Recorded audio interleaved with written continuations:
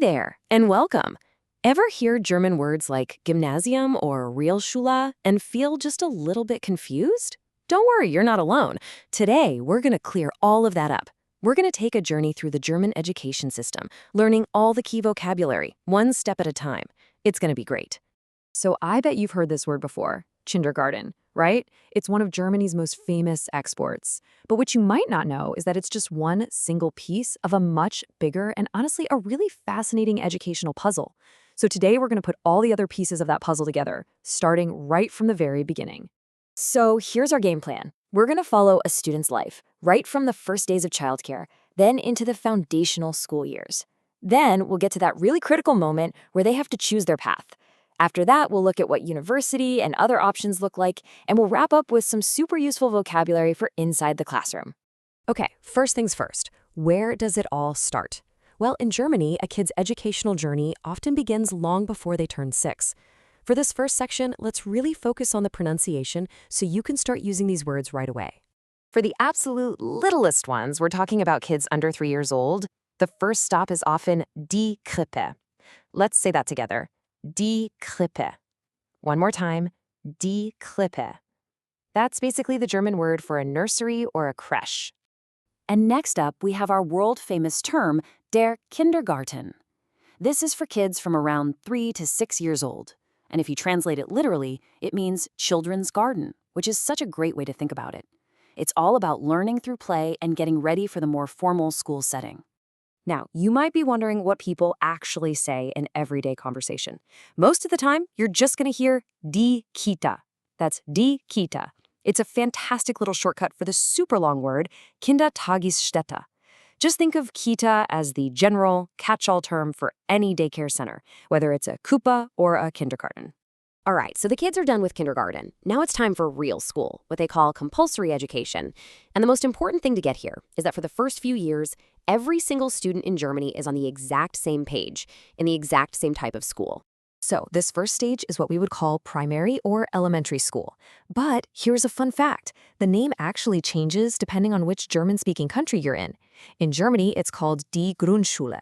Hop over to Austria and you'll hear die Volksschule. And in Switzerland, they call it die Primarschule. Same idea, just different words. So the main thing to remember is that for grades 1 through 4, every kid is learning the same core subjects together. They're all building that same shared foundation. But after that, well, that's when things get really interesting and some big changes start to happen. Okay, so this next part is maybe the most unique and, frankly, the most talked about feature of the German school system. After those 4 years in Grundschule, when kids are only about 10 years old, they and their parents have to make a huge decision about which type of secondary school to attend. It's a system that creates different tracks pretty early on.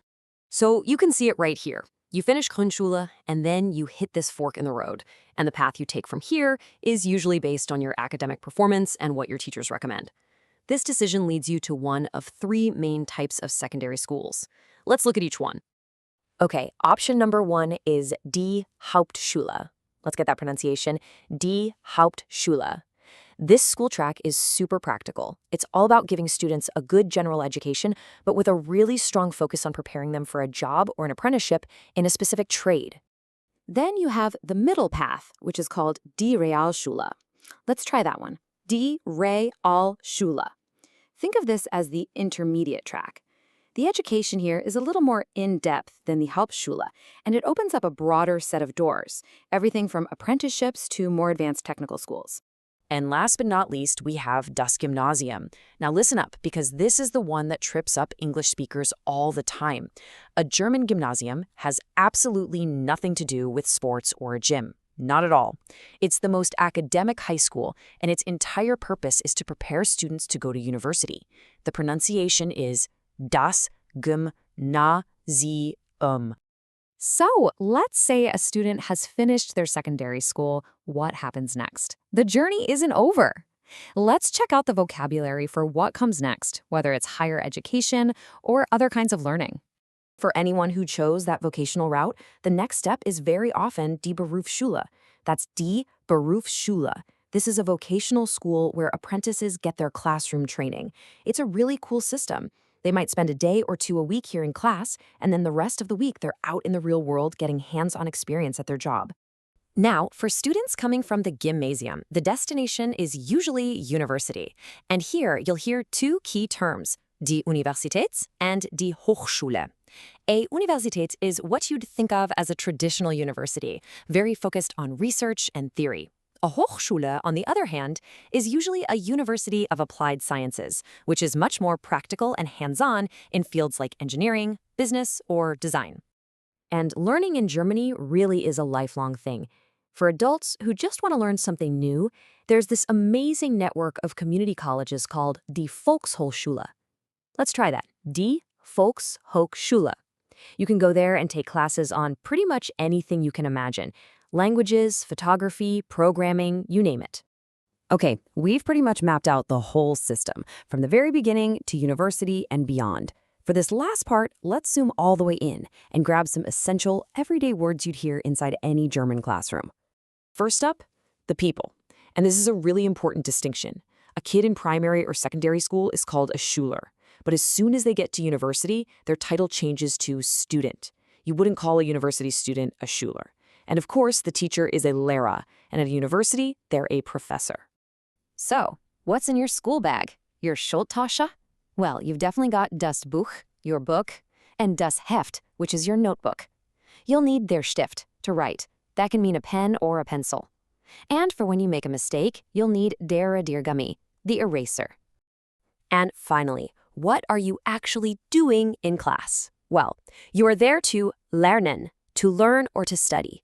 You're going to lesen, to read, and schreiben, to write.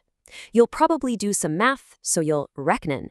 And the one word every student hears from their teacher is, of course, aufpassen, which means pay attention. And there we have it, a complete vocabulary journey through the German school system. From Krippe all the way to Universität, you now have the words to understand how it all fits together. It really makes you think, doesn't it? If you were 10 years old in Germany facing that big decision, which path do you think you would have chosen? Hauptschule, Realschule, or Gymnasium? Something to think about. Thanks so much for joining me today.